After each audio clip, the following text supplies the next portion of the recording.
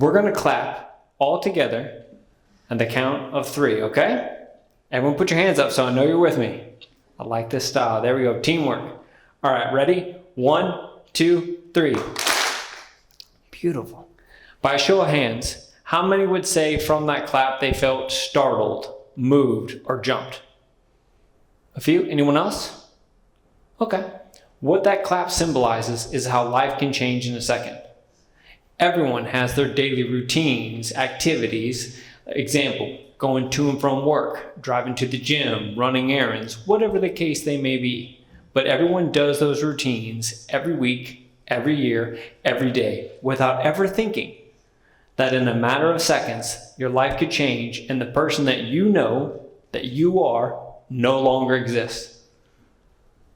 I'm sure a lot of you right now are thinking, that can never happen to me. That did happen to me, and I want to take you on a personal journey how 13 years ago, I was involved in a very bad car versus motorcycle accident, and in an instant, my life changed and the James Durham that I knew and that I was no longer existed. And that resulted with me sustaining a severe traumatic brain injury, also known as TBI, aphasia, the difficulty with communicating and understanding words, and other lifelong challenges. I too, like the average person, used to always have that mindset, this could never happen to me. But then I woke up and I was surrounded by medical professionals, my family, and machines. And at that very moment, I knew that something tragic had happened and my mindset shifted to why me. Studies have shown with human survival behavior that our brain and our self refuse to accept that there is a possibility that something traumatic could happen and change the pathway of life that we are on. So we quietly whisper to ourselves, why me? But when something does happen, what choices can you make? What moves can you make? And most importantly, what path can you decide to be on? Let me give you a little information about TBIs. It is a global epidemic. It occurs to anyone, anywhere, and anytime. This takes place more than any form of cancer and has the highest death rate. According to CDC, just in America alone, we have over 3 million. That's right, over 3 million per year. And what was traumatic to me when this took place is I was like the average person that can sustain a brain injury because they're involved in either falling down, like myself, being in a motor vehicle accident, or you can get a TBI from colliding with something against your head. Example, contact sports, or just walking through your neighborhood or down your street and something hitting you.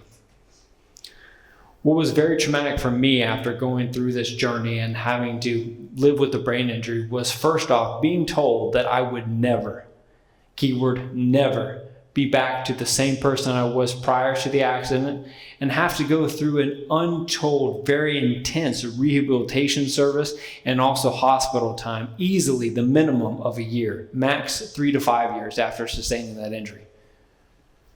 So I knew that at that time, I had to make a choice. I'm sure a lot of you are familiar with Shawshank Redemption, correct? That movie has a lot of great powerful messages. One that I'm going to use today, as you can see on the slide, is life comes down to one simple choice. Get busy living or get busy dying. And I chose to get busy living, to not let this life-changing event make me a victim. Now, before I take you on this journey to show you more, I want to go ahead and let you know that on this slideshow, there are going to be some photos and they may be a little graphic. And most importantly, they are real. They are me. So just be aware that in case you feel uncomfortable, this is what's going on. Now, let's go on this journey. I'm going to take you back to San Antonio, Texas in 2011. The 22nd of September to be exact. I was just riding on my motorcycle, which I did every day and every night to and from work, the same pathway. And when I rode my motorcycle, I was a very cautious and safe driver. I wasn't like what a lot of people think when you say you ride a motorcycle on the show Sons of Anarchy. And in case anyone here didn't get what I was saying, what I'm referring to is I didn't ride my motorcycle with rage. I didn't act like the road was mine. And most importantly, I chose to wear a helmet no matter the distance I went. Let's go back to the scene. So on the 22nd of September at 9:30 at night, I was on my way home and I was 5 lights away from my house. Just 5 lights. The same pathway like I mentioned, the same routine every day and every night. I'm coming up to an overpass, and in a matter of seconds, my life changed forever after an individual coming towards me was not paying attention to oncoming traffic. The last thing that I remember is being hit, looking to my left, seeing a Honda logo, looking through the windshield and seeing a mom, a woman, and a young boy. And at the same time, I was holding onto my bike as hard and as long as I could. But unfortunately, I couldn't take it anymore and I got launched off my bike. And thankfully, at the edge of the overpass, there was a light pole that I hit head on. My helmet flew off and I died. That's right, I literally died. Thankfully, though, that light pole was there, because if not, I would have gone off the bridge and landed in the oncoming traffic of Highway 1604 below us. There was an individual that was sitting at the light and saw the entire accident. She was very nice, and I'm very thankful, so was my family, that she immediately contacted the local hospital, University Hospital San Antonio. She told them exactly what happened, how bad she needed hospital care and medical needs immediately, and they told her because of the time frame and the distance for an ambulance, it'd be about 20 to 30 minutes, give or take, with traffic. She demanded life flight. When life flight got there, they shocked my heart a time or two, and thankfully it turned on, and I got transferred into the hospital. They contacted my parents, living here in Southlake the past 35 years, and told them that I had been in a bad accident, and they rushed to San Antonio. As you know, that takes anywhere between 5 to 7 hours depending on who's driving and the time of year. So imagine what they were going through mentally, understanding that I was in a very bad accident, driving to San Antonio, leaving the house at 9:30 at night. But on top of that, I got checked in as John Doe because my license was inside my motorcycle, so they could not continuously getting updated during that long drive. But thankfully they made it, they arrived, and when they walked in, it was a very bad scene and the prognosis was not good. I laid there in a bed with very little brain activity and in a natural coma, not medically induced coma. Dr. Augusto Parra and his team told my family it was a very small percent, like 5% chance I was going to wake up. And if I did, I'd be hospitalized forever, not able to function by myself and so forth. 5 weeks went by, and thankfully I started to wake up, and my 13th anniversary of being reborn was just yesterday. So thank you for the opportunity to be here. Thank you. Thank you. And when I say wake up, I want you to understand, I'm not saying just got up like the normal kind of scenery, if you will. I slowly woke up, as in 10 seconds, 20 seconds, 30 seconds, minutes, hours, etc. But nonetheless, the new reborn, the new journey started to unfold. And then I got transferred to Tier Memorial Hermann in Houston, Texas. Today is the anniversary for that as well, being transferred. When I got there, I personally got to learn of my brain injury, aphasia, and other lifelong cognitive and physical damages that took place. I also, unfortunately, had to learn how to be the new me. And pardon my French, disabled.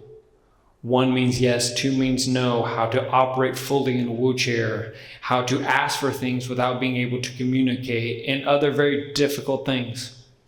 And this was honestly one of the most frustrating times I've ever had in my life. But I knew at this time, without knowing what every day would be, without knowing what every week, month, year, or what my future would be at all, and most importantly, if I'll ever get out of here, it was up to me to make a choice. And at that time frame, that is really when the ripple effect took place and I started to get busy living. Now,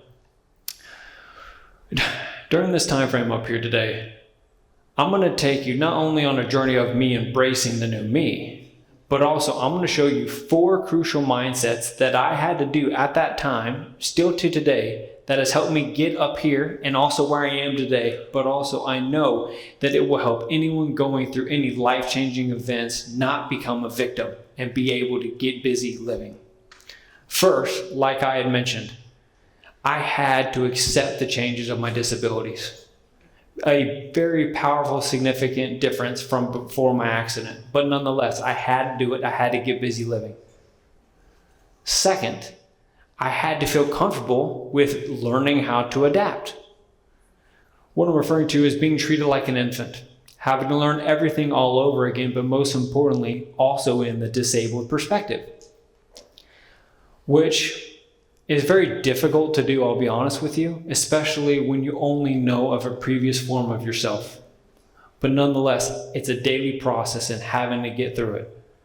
Brain injuries have different levels and different stages of processing and learning how to function, but you also have at the same time with an invisible disability have to learn how to really fit in and feel normal.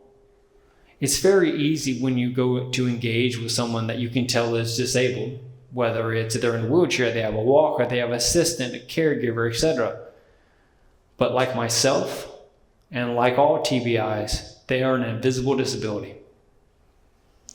Next, I had to feel comfortable with asking for help and support from individuals, first off, that knew of my brain injury, like my medical team, my parents, my wife, my siblings, and close friends, without feeling different, vulnerable, or a burden just for asking. Which is very difficult because we all know this, what I'm about to state. It's very average for individuals not wanting to ask for help unless they really need it, right? It was even more difficult for myself because I would have to explain my why, that I have an invisible disability, and that causes immediate negative reactions. And I've had this experience happen over the past 13 years from individuals and professional individuals, colleagues, the whole 9 yards, because you're judging a book by its cover, but also having that concept, it was embarrassing for me to ask, what does a certain word mean? How do you write a thing? How do you stand up? How do I fold? Most importantly, and sad to say this, but how do I draw a line?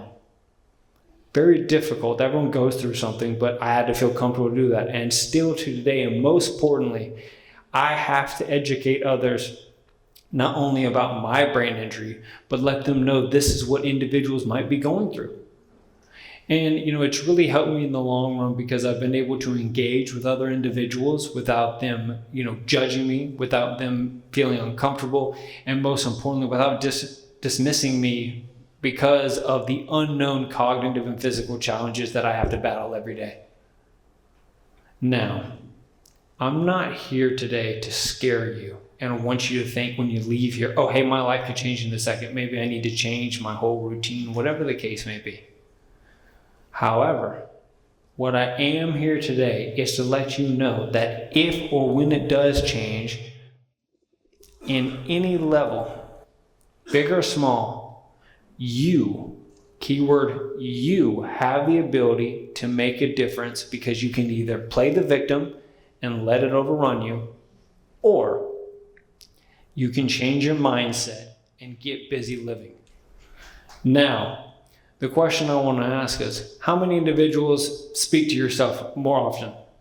What I want to symbolize with that is it's very important going with having the ability to change your mindset to get busy living, because what your mind conceives and believes, you will achieve. I want you to remember that.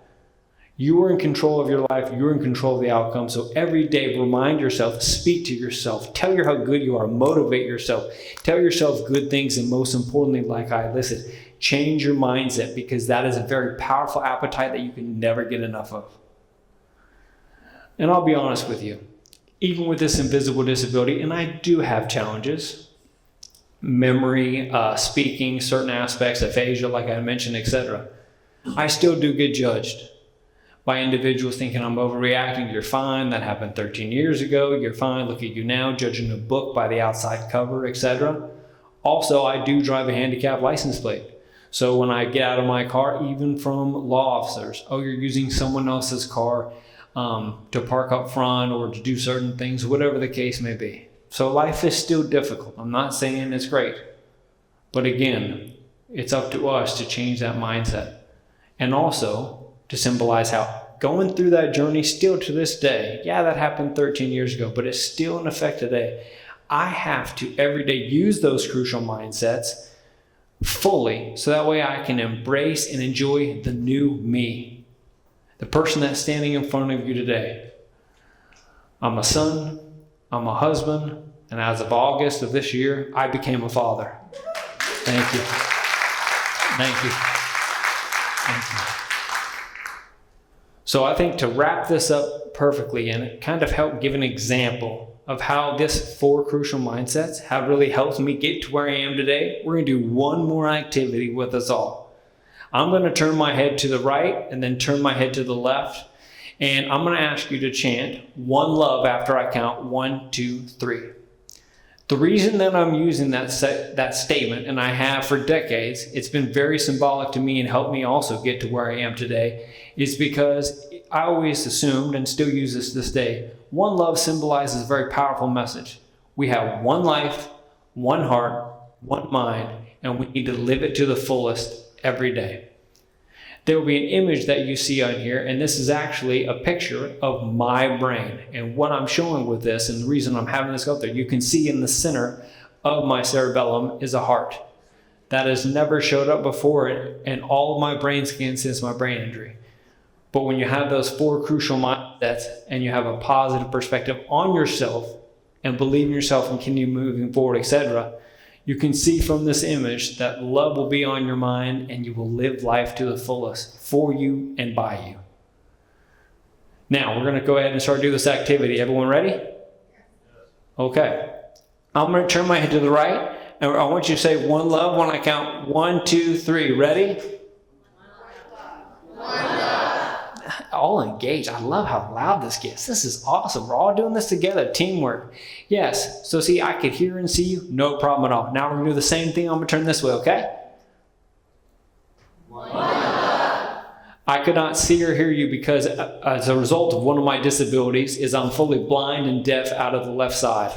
It's unfortunate, but positive aspect, I can say I'm always right, or who I'm listening to is always right, nonetheless. But I would love to explain more of my accident, answer any questions, and most importantly, have the opportunity to connect more personally with each of you. You're taking time out of your busy day and Sunday fun day to be here. So I know we're having a segment after. Please feel free to come talk to me, ask me whatever you want, but do yourself a favor and make sure you're standing on my right side so I can actually pay attention to you. Hope you all have a great afternoon. One love. Thank you.